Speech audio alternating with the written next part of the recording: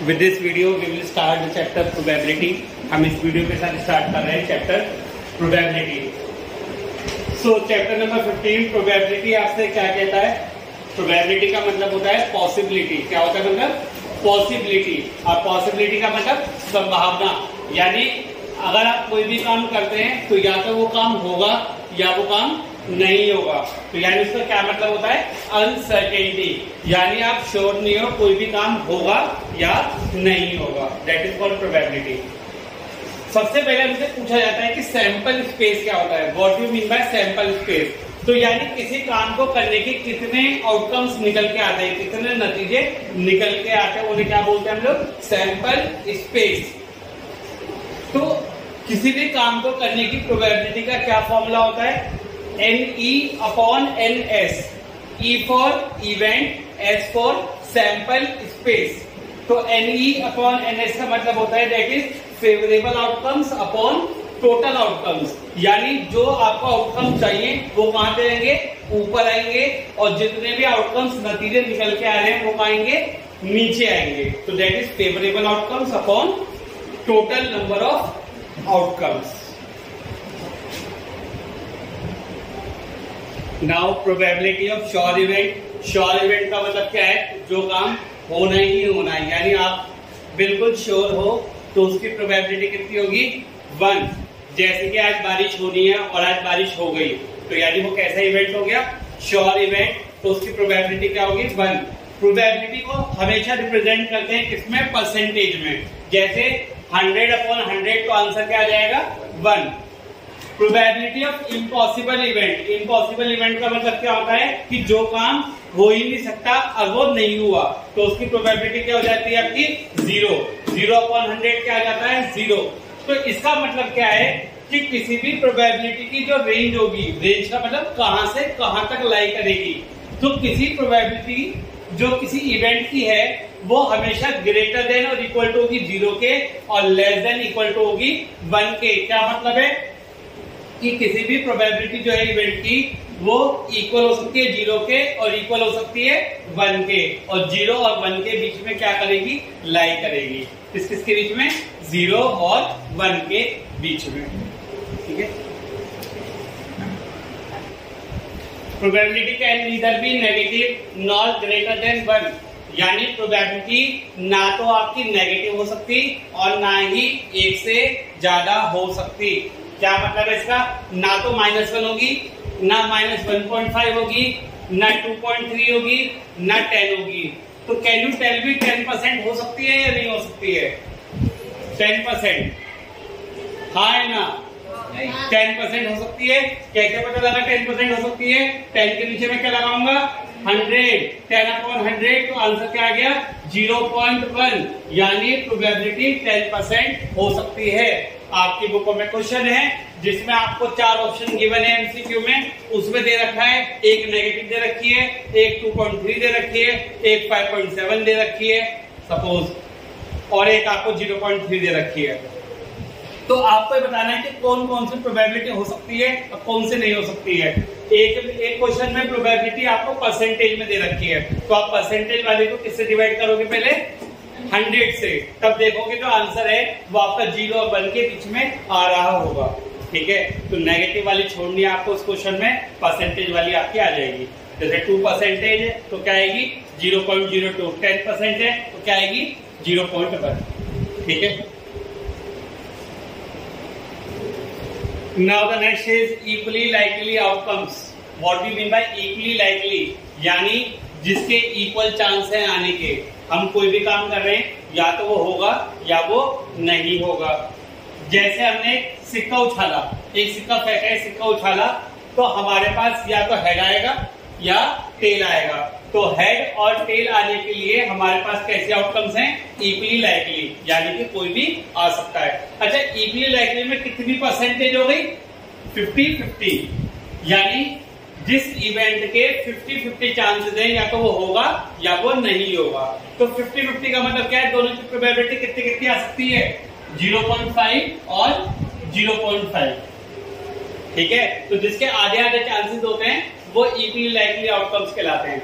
जैसे हमने डाइस फेंका तो डाइस फेंकने पे, डाइस क्या होता है, पासा, पासा फेंका लूडो का, तो आपके पास 1 2 3 4 5 6 ये आने के क्या है, इक्वली लाइकली आउटकम, यानी कि कोई भी आ सकता है, ठीक है। That is equally likely outcome, जिसके 50-50% चांस होते हैं प्रोबेबिलिटी आने के।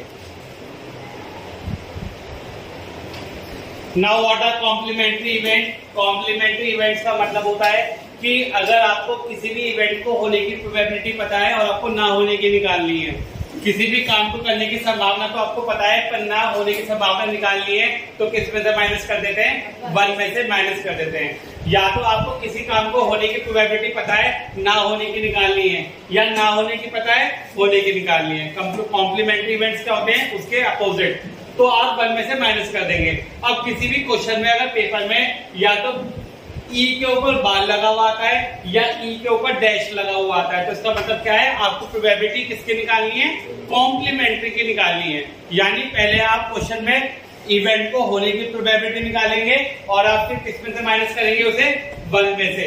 जैसे आपको किसी भी प्रोबेबिलिटी किसी इवेंट की 0.3 दे रखी है और आपको ना होने की निकालनी है, तो आप उसे किस में से माइनस कर देते हो, 1 में से 0.3 अगर माइनस कर दोगे तो कितना आ जाएगा, 0.7। याद रखिएगा, प्रोबेबिलिटी किसी इवेंट के ऊपर अगर ई बार लग रहा हो या ई डैश लग रहा हो, तो इसका मतलब कौन सा इवेंट है, वो कॉम्प्लीमेंट्री इवेंट है। बोले समझ में आ जाएगा अब कैसे। Now the sum of the probability of all the events is 1, यानी सारी इवेंट्स की प्रोबेबिलिटी का सम क्या होता है, 1। अब आपके कोर्स में 3 चीजें हैं, एक तो कॉइन है, एक डाइस है और एक कार्ड्स है। तो सबसे पहले पड़ता है कॉइन।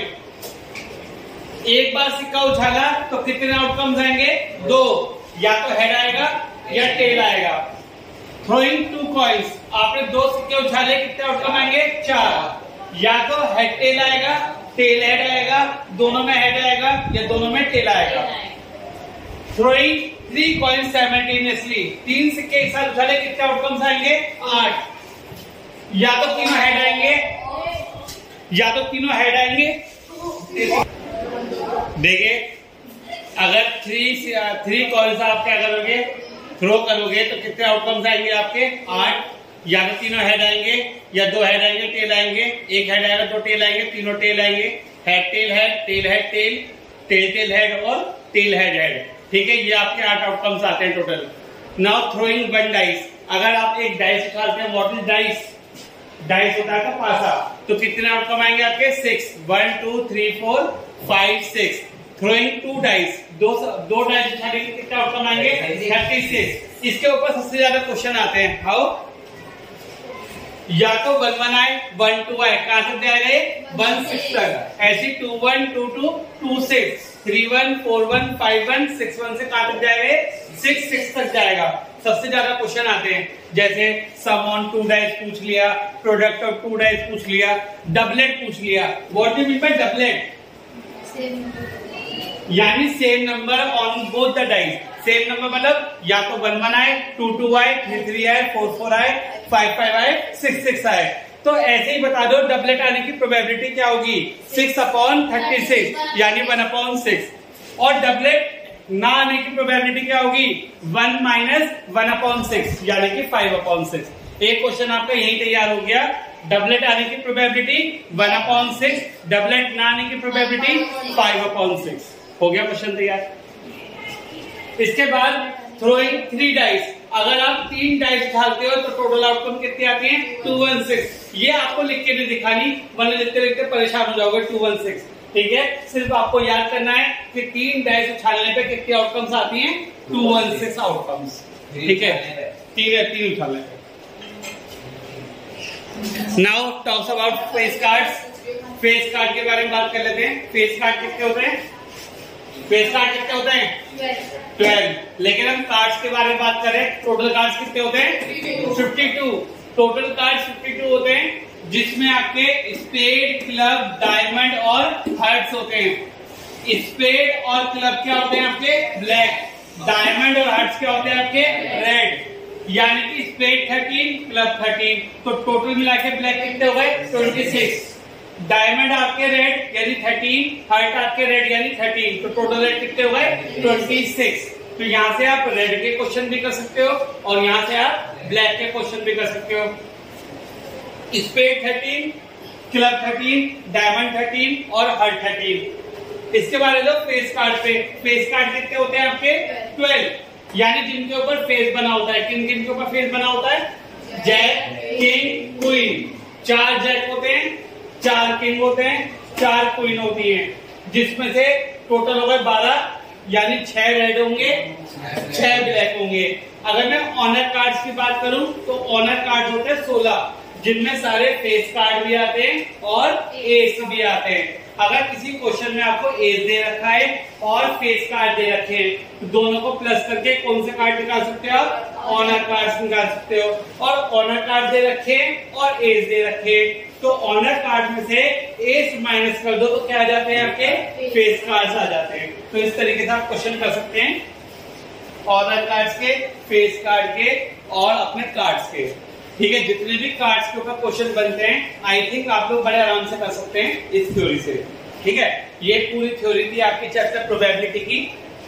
मिलेंगे आपसे नेक्स्ट वीडियो में नेक्स्ट चैप्टर के साथ। Till then good luck, join जिज्ञासा क्लासेस फॉर मैथ्स।